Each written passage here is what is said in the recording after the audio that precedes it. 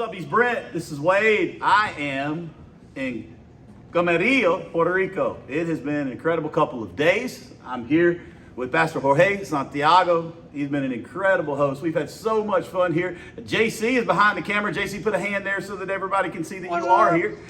And he is taking care of taking care of the camera.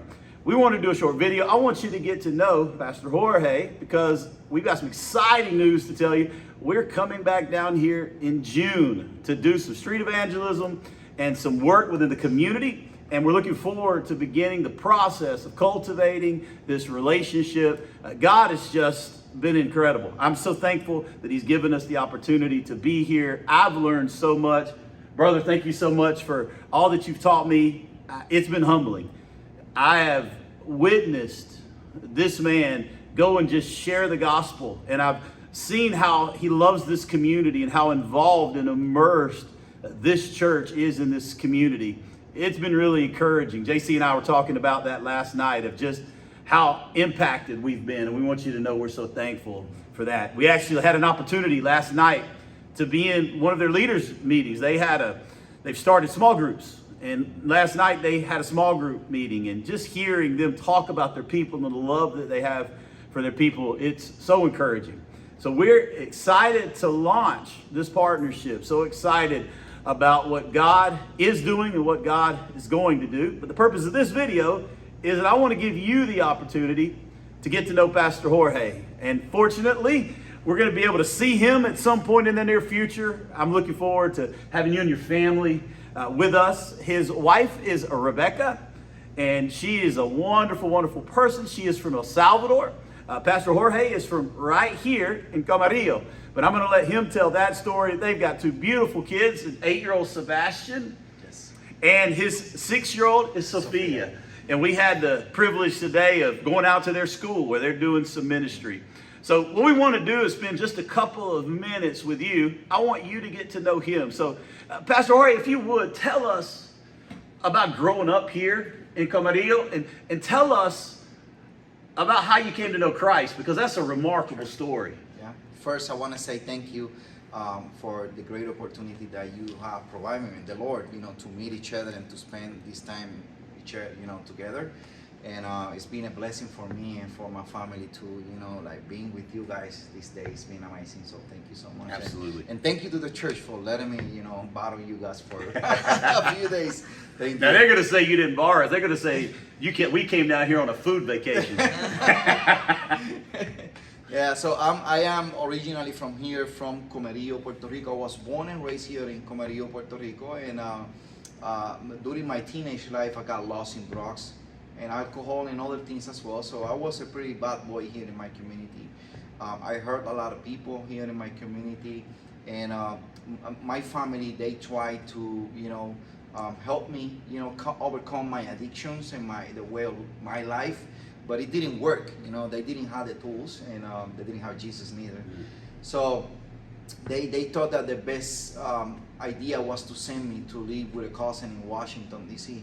So I moved to Washington, D.C. in 2007, and I got a job in there and everything, but I kept being, I was the same person, basically. I never changed until I got a point in my life where, I was, the Lord brought me to this what's it called? When the road has no end. Yeah. What is it? An end? End of the road. End of the road. Yes, to the end of the road. And I really started thinking about and meditating about the life that I was living and all the stuff. And that's where I met Rebecca in Washington, D.C. We used to live across the street. We used to work across the street from each other.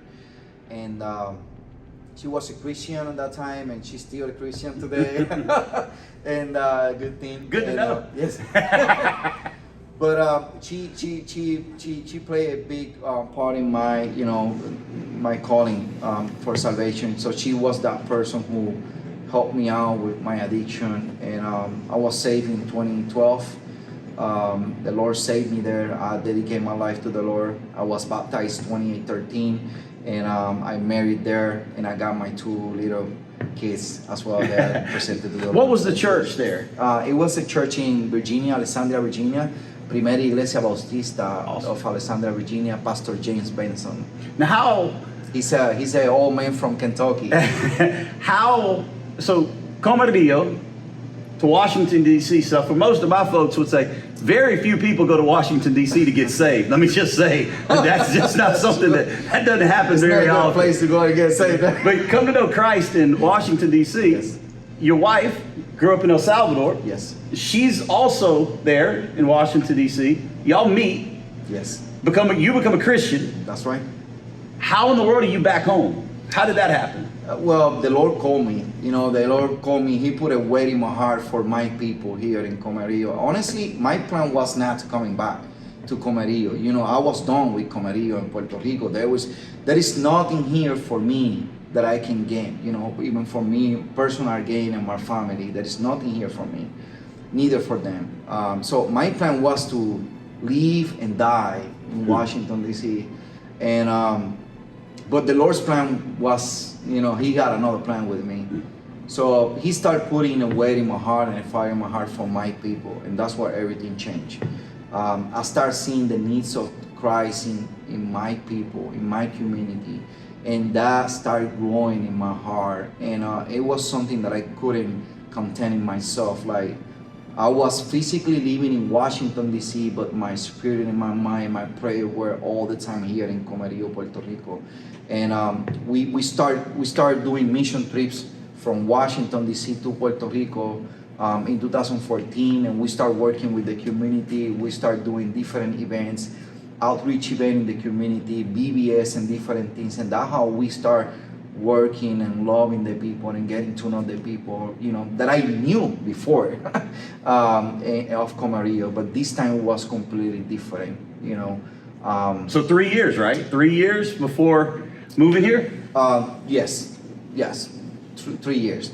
We start coming in 2014 and we moved here in July 2017. Now something pretty significant happened here in Puerto Rico in 2017. Hurricane Maria, for many of you, we're on the Gulf Coast. We understand hurricanes.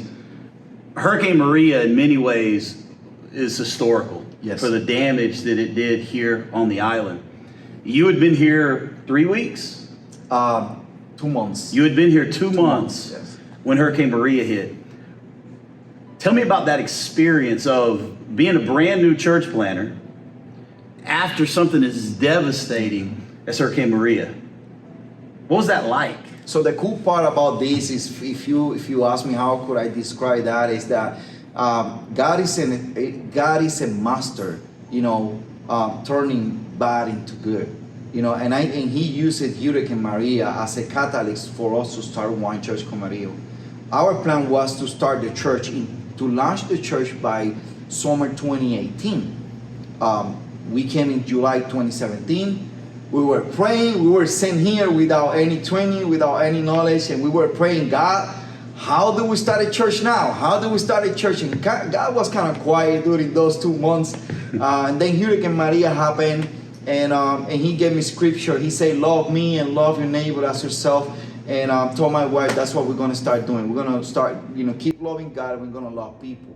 And we start loving people in service. You know, we start serving the people right after the Hurricane Maria, because the devastation that Hurricane Maria left behind was something that we never saw before. Tell me a little bit about that. You took us to visit one of your brand new believers when we came here. We were talking to him, and he told me that they were without water for 3 months. No, most of the people in Puerto Rico were without water and electricity for a whole year. That's unbelievable. But after Hurricane Maria, Hurricane Maria lasted for 12 hours. So we were being hit by Hurricane Maria for 12 hours straight. After Hurricane Maria, Puerto Rico looked like literally like an atomic bomb was dropped in the middle of the island. There were no standing trees, there were no nothing, you know. And so that, you know, left the people of Puerto Rico without hope and without the, you know, the resources that we need, as like water, electricity, and things like that. And my wife and I started just going into the community and providing with some of the resources to the community, ministering to the people, and doing different things to help the people in the community. So one of the things that I noticed when we came here is that in church leadership, one of the major responsibilities that we have is to learn from failures, learn from bad things, learn from hurtful things. I think it's fair to say that in many ways, the federal government's response to Hurricane Maria could have been better. I think that's a fair way of saying it. It could have been better. That may be the positive way of saying that. I'll say that it could have been better. But one of the things that I was so impressed with is that, and let me give a little geography lesson here so that people know, Comerio is sort of right in the middle of the island. Right. And as JC has gotten to learn very well, and if anybody ever has some really winding roads that are going up a mountain, JC loves to ride on those. I'll just tell you, if you ever need someone to ride with you, get JC. I promise you, you'll be able to hear him pray. If you've never heard JC pray, you'll get to hear him pray. He's prayed a lot on this trip as we've been going over the mountain. But Comerio, honestly, mountains on all sides. Yes. And so Comerio wasn't getting all of the support that some of the outlying areas were getting. But one of the things that I was so impressed with is tell me what you learned from it and how you were able, within a couple of years, because there were earthquakes that happened, Hurricane Fiona came.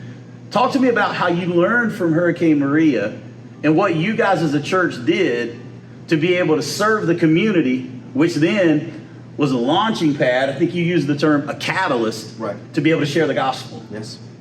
Yeah, we have learned that, you know, when we have events, big events like that impacts people's life for bad, there is always a good opportunity for us, the church, to go out and share hope with them.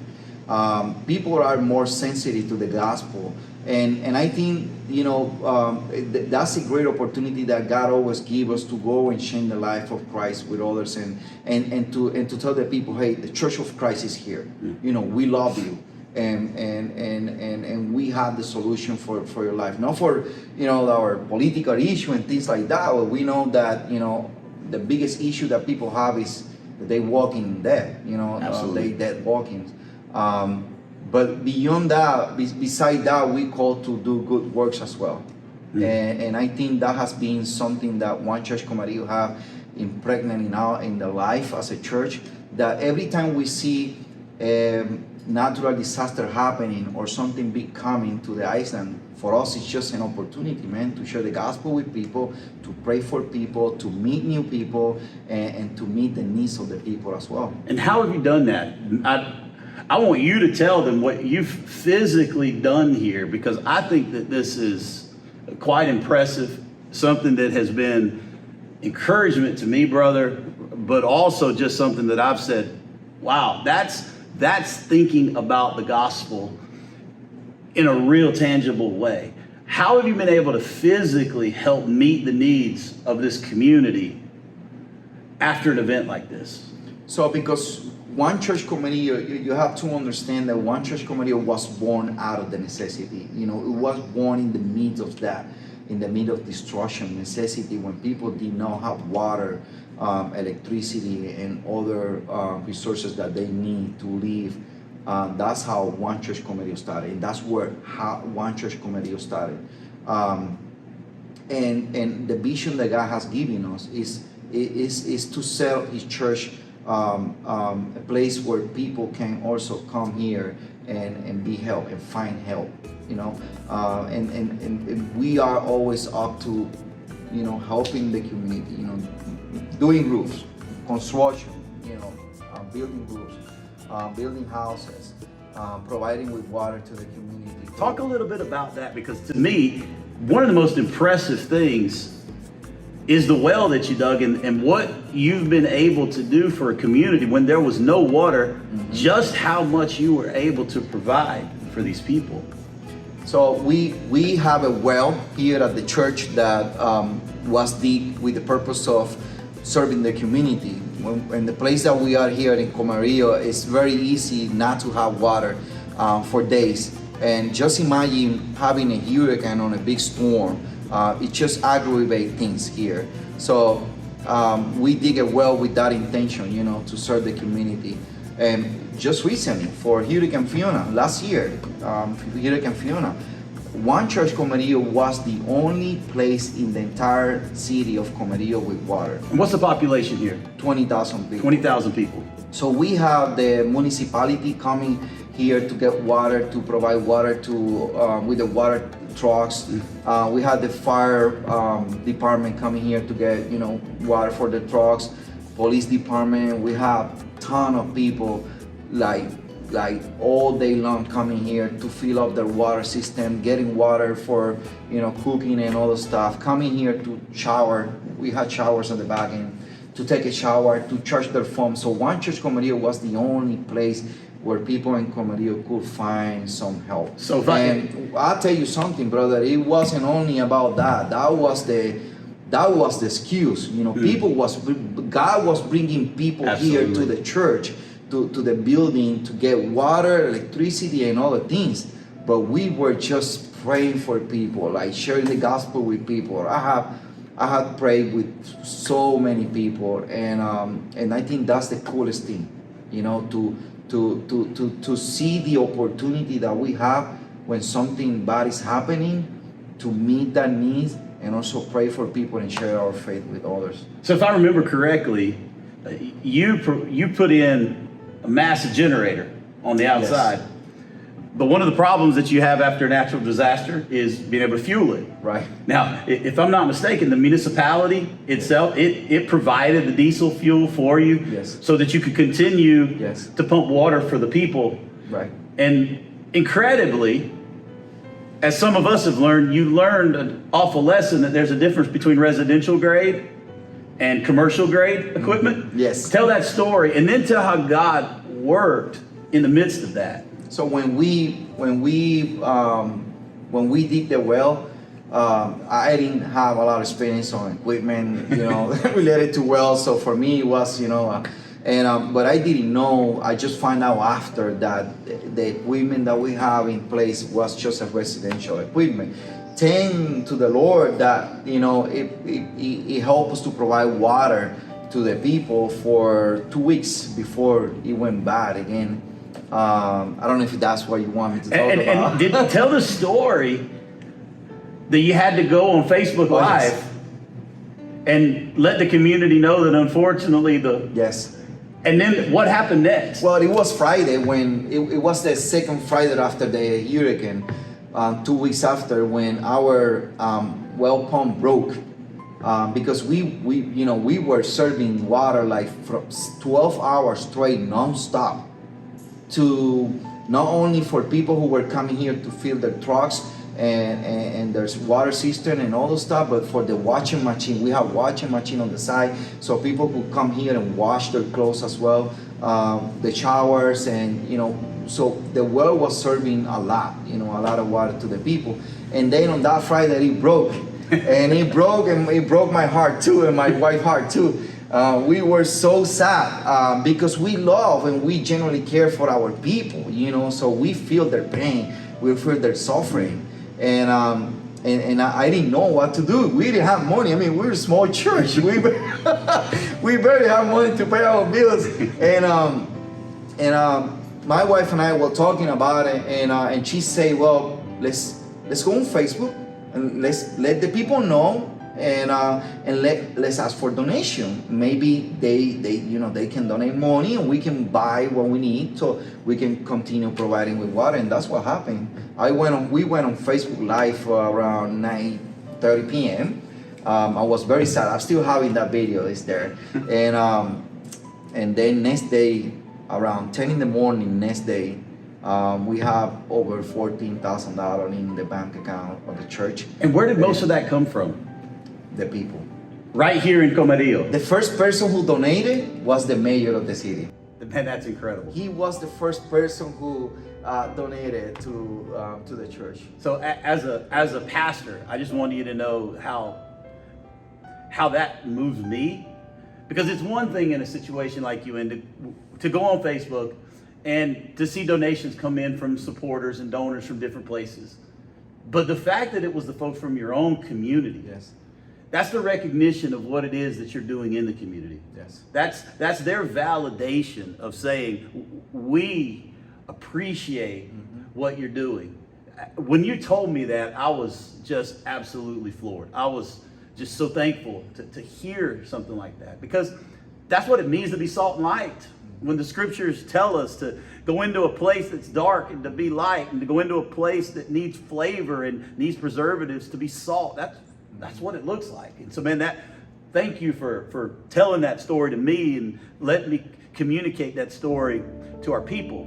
But let's transition, because let me tell you something cool about it, Pastor. It's not about me, or it's not about church or this and that. You know, like I strongly believe when we move in faith, God moves. He's so ready, you know, and He's been the one. He's been the author of everything. I say that if God don't share His vision with us for our community, we will never be able to serve the way what we serve today. So, and if He don't touch people's heart and move them to donate, because what you just said, you know, the way we serve the community, it don't happen. So I just say that was a God moment. That was a God thing, you know, like there is those moments. That moment was a moment that you can attribute that to anything else but God. That's incredible. Well, let me transition to talking about today. So it's March, summer's coming. Tell me about One Church Comerio. What's going on with you guys this summer? Tell me about the plans. Tell me all of the things that you're involved in. So this summer is it's pretty busy for us here in Comerio. We have a lot of BBS and camps and community outreach. And where do you do those VBSs? Because this is very different than for us in the States. So we start this year we are adding another city. So our part of our mission here is to continue planting more churches. That's my heart. That's our heart. That's what I see myself and One Church Comerio. So we are already working with another city. And we did BBS last year in that city for first time, which is Sidra, it's a neighbor city. And this year we are adding another neighbor city, which is Aguas Buena, where we'll be having BBS in there. And this is cool because we use the community school. We use the public school structure to do our BBS. So basically we partner, we go there and we tell them that, you know, who we are. We're going there today, right? Yes, we are One Church Comerio, and we love the people, we love the community, and we strongly believe in what you guys are doing here, and we love your job, and we want to encourage you too, and we want to come alongside you, you know, to help you in any way we can, to support you to do your job as a teacher, you know, in the community. And we provide with different things that they need to get their job done, and it's all for the benefits of the kids. But I strongly believe God is calling me, and He have given me one specific mission, and it's reaching the kids for Him. I think God is moving, and He wants us to reach the kids, and to share the gospel and to share Christ with the kids, and that's exactly what we're doing. So we use the public school. Yeah. We use the public school. We make partnership with them, and we ask them if, you know, they let us use the school, and they always let us use the school for BBS. That's awesome, and it's a great transition too. So if I were to ask you, and you were to tell our people, what's your God-sized dream? What is it that you pray about, that you long for, that you want to see happen in One Church Comerio, and also through One Church Comerio? So my biggest desire is that the church function as a church, and I mean by that they church the gospel and they disciple others. That's all. My heart is that I project and I see a church, being the light, sharing the gospel with people and discipling others.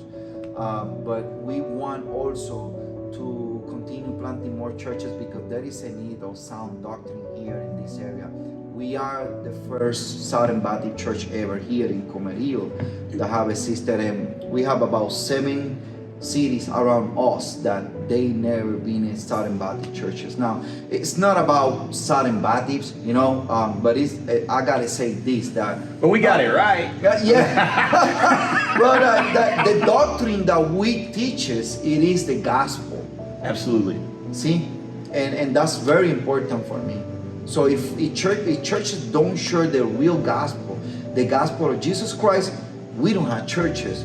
We don't have salvation. You know, and we are just going to create a bunch of people that they think they saved and they go to heaven because they doing this and they don't know, but they don't know the gospel and they don't know Christ. So for us, it's very important to take the sound doctrine that the Bible teaches us to other cities as well. And that's our first plan, and that's our mission, is to continue planting more churches. But we dream about opening a Christian school here in Comerio for our community. And also we dream of opening a rehab center in Comerio where we can love the more unfortunate and the more people that are, you know, like marginal. Yeah. So to kind of wrap this up, you've got a captive audience because they literally can't go anywhere right now. If you were going to talk to a group of people who you're going to be getting to know over the course of the next few months and years, what would you share with them? And how would you encourage them to pray for you? First, I want to say thank you for those who will be praying for us, and those who will not. I encourage you to pray for us. And the reason we are here is the same reason you are there. There is only one goal here, and it's to reach the nation for Christ. We have the only message that can change the world. We can go and make changes in other areas as well, and I think they are very important. But I think the most important thing in our call is to go and make disciples. And I pray, and I want to ask you to pray for us. Pray for protection for me and my family. Pray for us that One Church Comerio growth, not only spiritually but also in number as well, and that we can go and continue taking what God has given us to other places here in Comerio, in Puerto Rico, Sidra, Aguas Buenas, our cities that we want to reach for Christ. And pray for resources for the church and for the family as well, so we can continue doing the work of the ministry. We will continue. Yes. With or without, we will do it, my brother. But it's pray for those things. Yeah. Well, last thing. So at our church, I'm wearing a T-shirt here. Our tagline is "Get right, get in, get out." I told you yesterday kind of what that implies. Get right with Jesus, get in the church, and then get out and serve. I noticed that on your wall, you kind of have something very similar. Yes. Why don't you tell our people what your, I don't know whether you want to call it motto, tagline, whatever you want to call it. Why don't you tell what it is that your people hear on a consistent basis? So our is reach, restore, and send. We want to reach people with the gospel. We want to restore people with the gospel, and we want to send out people with the gospel. So it is a Great Commission cycle. Reach is when we evangelize people and we share the gospel with people. Restoring is when we prepare people and we disciple people, and we help people to grow in maturity where they can go out and reach others for Christ and disciple others as well. So that is our cycle. Well, man, thank you so much for taking the time here to talk. We're going to be departing here because it's time for me to eat, and I don't like to miss meals. But East Brent, thank you so much for your faithfulness. Thank you for all of the 70, we're going on 76 years now of gospel faithfulness and gospel fidelity. And that's something that, as your pastor, so encourages me, so just gives me inspiration. And I want to say thank you for the opportunity you gave me to be here and to begin to put together this. We're really excited to be announcing some dates to bring our first group here in the summer. Yes. And the cool thing here is you don't need a passport. Right.